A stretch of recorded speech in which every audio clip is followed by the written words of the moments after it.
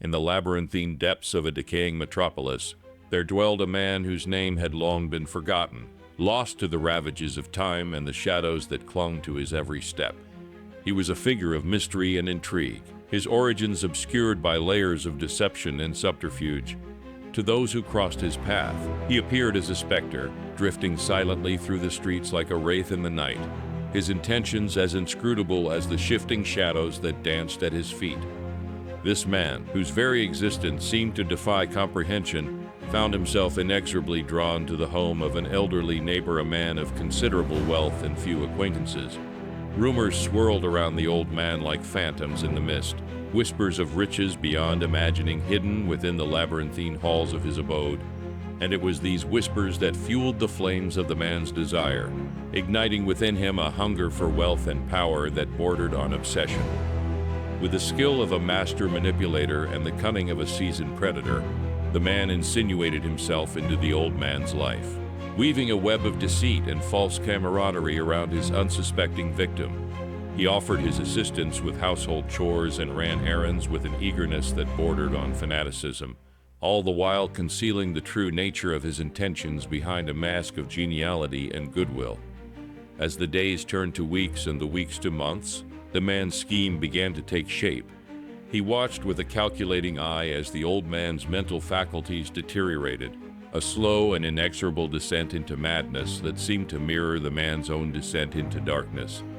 With each passing day, the old man's grip on reality grew more tenuous, his mind a labyrinth of confusion and fear. And it was in this fragile state of mind that the man saw his opportunity. With cold and calculated precision, he began to manipulate the old man's fears, whispering words of doubt and suspicion that took root in the fertile soil of his troubled psyche. He planted seeds of paranoia, nurturing them with care until they blossomed into a tangled thicket of madness that threatened to consume them both. But even as the old man's mind teetered on the brink of oblivion, the man found himself haunted by doubts and fears of his own. The weight of his guilt bore down upon him like a millstone around his neck, crushing him beneath its unbearable burden. He felt the eyes of his victim upon him at all times, their accusing gaze piercing through the veil of his deceit and laying bare the darkness that lurked within his soul. In a desperate bid to silence the old man's incessant chatter and escape the suffocating grip of his own conscience, the man resolved to take action.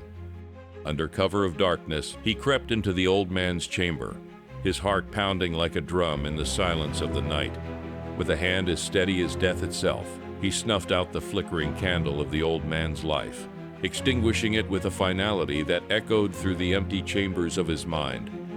Yet even as he committed this heinous act, a perverse sense of exhilaration coursed through his veins, for he believed himself to be beyond the reach of mortal law, a god among men, wielding the power of life and death with impunity. He disposed of the old man's body with meticulous care, leaving no trace of his crime behind.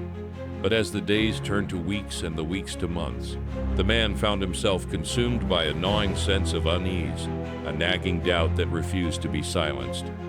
The beating of the old man's heart, that infernal, maddening sound, echoed through the empty corridors of his mind, driving him to the brink of madness. In a moment of desperation, he sought solace in confession, believing that the truth would set him free.